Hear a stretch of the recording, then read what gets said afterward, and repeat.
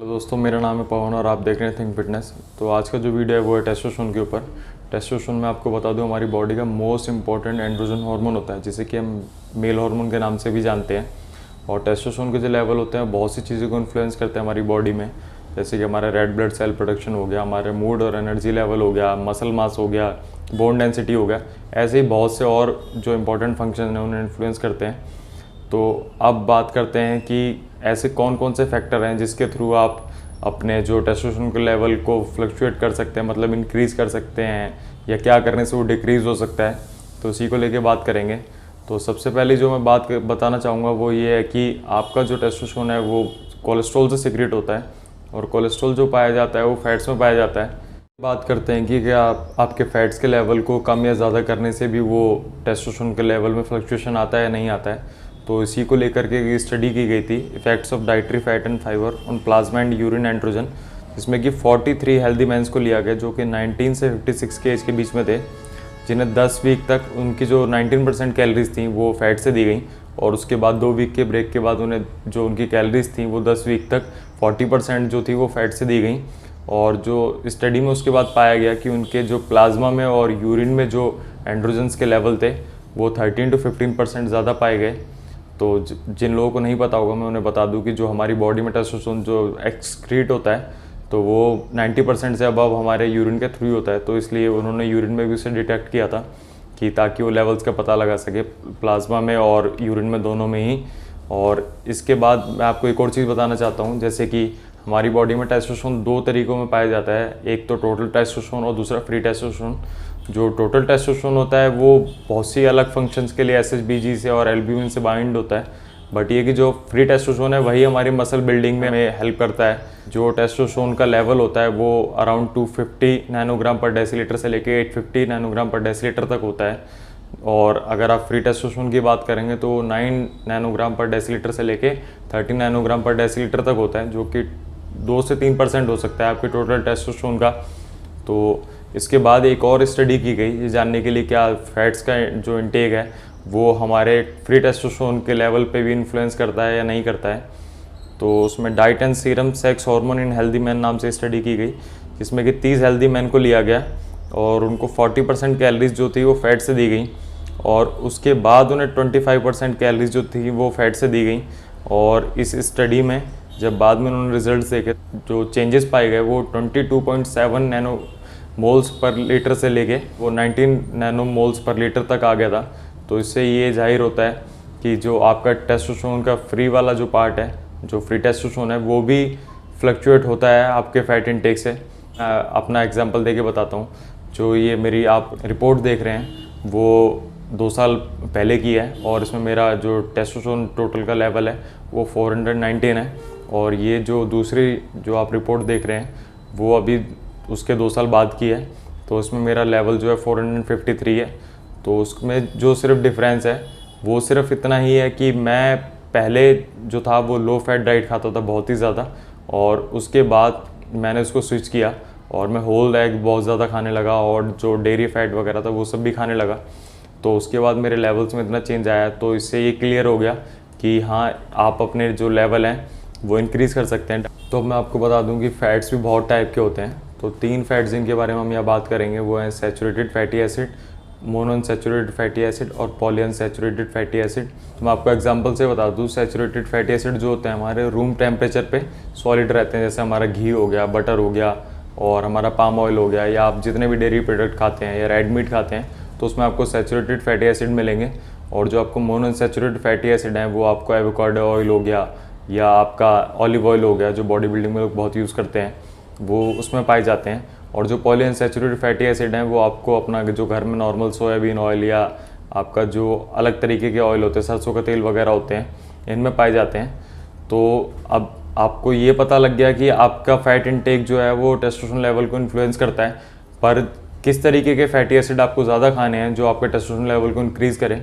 तो स्टडी में चेक किया गया कि मोनोअनसैचुरेटेड फैटी एसिड और सैचुरेटेड फैटी एसिड का जब इनटेक हाई था तो आपका जो टेस्टोस्टेरोन लेवल में बहुत ज़्यादा इंक्रीज़ पाया गया, और उसी में जब वो रेशो चेंज करके पॉलीअनसैचुरेटेड फैटी एसिड और सैचुरेटेड फैटी एसिड उनको दिए गए तो उसमें बहुत ज़्यादा रिडक्शन पाया गया।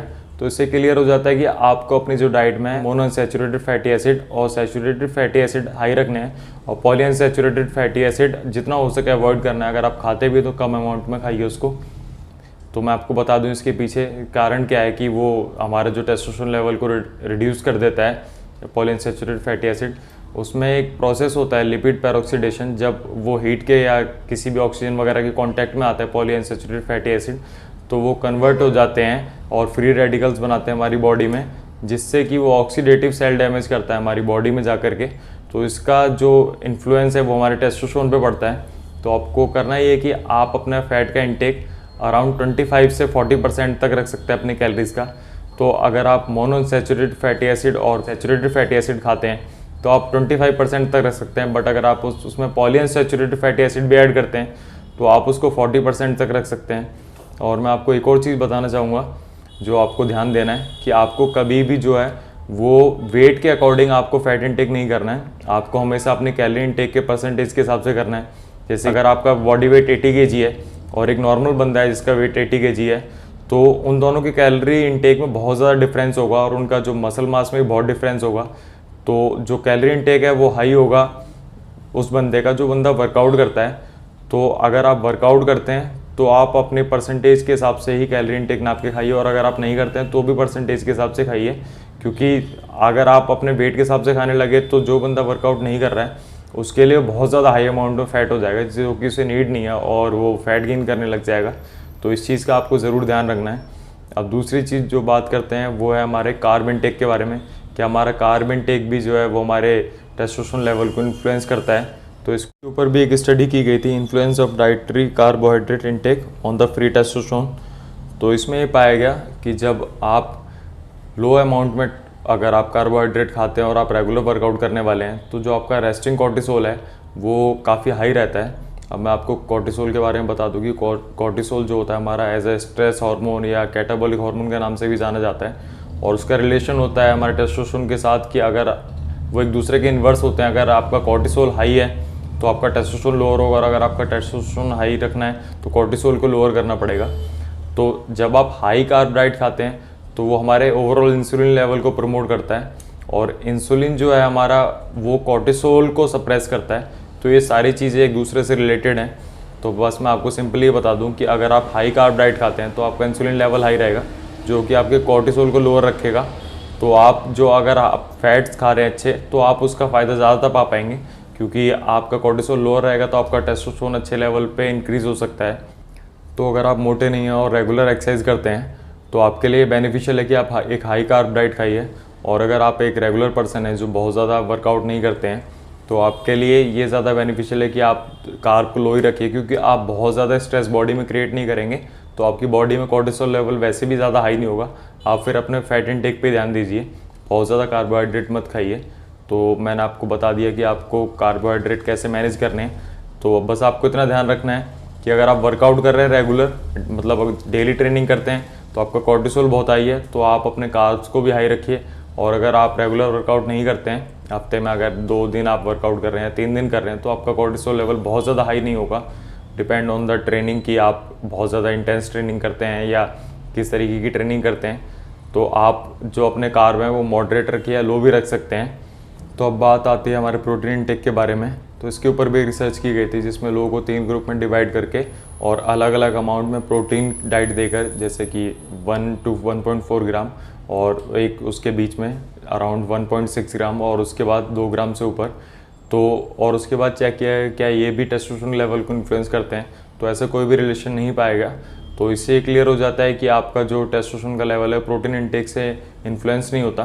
मैं आपको एक और चीज़ के बारे में बताना चाहूँगा जो हमारी टेस्टोस्टेरोन के लेवल को इन्फ्लुएंस करता है। अगर आप कम कैलोरीज खाते हैं तो आपके टेस्टोस्टेरोन का लेवल रिड्यूस हो सकता है, जिसके ऊपर भी एक स्टडी की गई थी। उसमें उन्होंने बॉडी बिल्डर्स को लेकर के और 2 ग्रुप में डिवाइड किया और उसमें देखा कि जो ग्रुप डाइटिंग कर रहा है उनके आईजीएफ और टेस्टोस्टेरोन के प्रोडक्शन है वो कम पाए गए एज कम्पेयर कि जब वो पहले टेस्ट किया गया था। तो इससे क्लियर हो जाता है कि अगर आप कैलोरी डेफिसिट में हैं तो आपके टेस्टोस्टेरोन का प्रोडक्शन रिड्यूस हो जाएगा। तो बहुत से लोग जो लीन रहने के चक्कर में या उनको कैलोरी इनटेक का कुछ आइडिया ही नहीं है और वो डेफिसिट में रहते हैं, तो तो ये आपके लिए बहुत ही नुकसानदेह है लंबे समय तक रहने के लिए।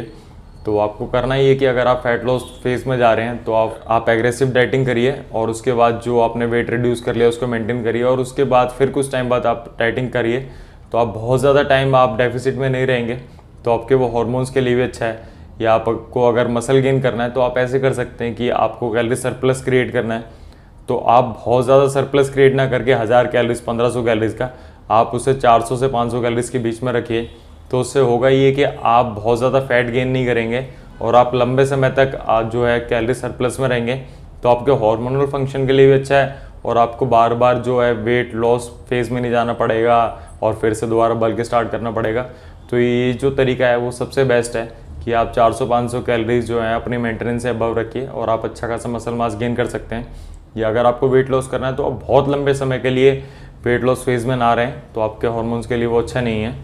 अब हम बात करते हैं कि क्या ये जो सब चीज़ें हैं, जो हमारा टेस्टोस्टेरोन लेवल हमारा इन्फ्लुएंस होकर इंक्रीज़ हो जाता है, तो हमारे मसल बिल्डिंग पे वो इम्पैक्ट डालता है या नहीं डालता है। तो मैं इसका आंसर आपको बता दूं कि वो नहीं है, कि वो हमारा किसी भी तरीके का मसल बिल्डिंग पे फ़र्क नहीं डालता है। इसको लेकर भी स्टडीज़ की गई थी, और उस स्टडी में पाया गया कि जब तक कि आपका जो टेस्टोस्टेरोन का अमाउंट है फिजियोलॉजिकल रेंज में रहेगा, फिजियोलॉजिकल यानी कि जो आप नेचुरल प्रोड्यूस कर सकते हैं, कि अराउंड आपका लेवल 800 तक भी है, तो आप बहुत ज़्यादा जो है अपने मसल मास में चेंज नहीं देख सकते। आपको मैं ऐसे बहुत से बॉडी बिल्डर्स का एग्जांपल भी दे सकता हूँ जो कि जिनका टेस्टोस्टेरोन मेरे से भी लोअर होगा और उनकी फिजिक मुझसे लाख गुना अच्छी है। तो स्टडी में भी ऐसे मेल्स को लेकर के और उनका जो टेस्टोस्टेरोन लेवल था वो सप्रेस कर दिया गया था, और फिर उन्हें अलग अलग टेस्टोस्टेरोन की डोज दी गई, जो कि 25 mg, 50 mg, 125 mg, 300 mg अलग अलग डोजेस थी। तो उसमें देखा गया कि जब तक कि आपका टेस्टोस्टेरोन लेवल फिजियोलॉजिकल रेंज में रहेगा तो बहुत ज़्यादा जो है आपके मसल बिल्डिंग पे इफेक्ट नहीं डालेगा। तो अगर आप ये सोच रहे हैं कि अगर आप थोड़ा सा अपना टेस्टोस्टेरोन लेवल इंक्रीज़ कर लेंगे तो आपके मसल बिल्डिंग को बहुत ज़्यादा इफेक्ट करेगा, तो ऐसा कुछ भी नहीं है। और मैं लोगों को ये सलाह भी दूंगा, जो लोग अपने टेस्टोस्टेरोन बूस्टर जैसे सप्लीमेंट्स पे पैसे ख़राब करते हैं, तो उनमें पैसा लगाने का कोई भी फ़ायदा नहीं है, क्योंकि पहली बात तो वो काम नहीं करते, और अगर वो थोड़ा बहुत कुछ इंक्रीज़ करेंगे भी तो उससे आपके मसल मास पे कोई डिफरेंस नहीं आने वाला। तो बेटर ये है कि आप उस पैसे को अपने डाइट पे खर्च करिए, अपनी डाइट को अच्छे से मैनेज करिए, क्योंकि जो मेन इन्फ्लुएंस है वो आपकी डाइट से आएगा। और मैंने अपने एग्जांपल से भी आपको बता दिया कि मेरा टेस्टोस्टेरोन खुद 10% तक इंक्रीज़ हो गया था, जो कि बहुत अच्छा एक आप कह सकते हैं कि मुझे नहीं लगता कि वो कोई भी टेस्टोस्टेरोन बूस्टर खाने से इंक्रीज़ होता।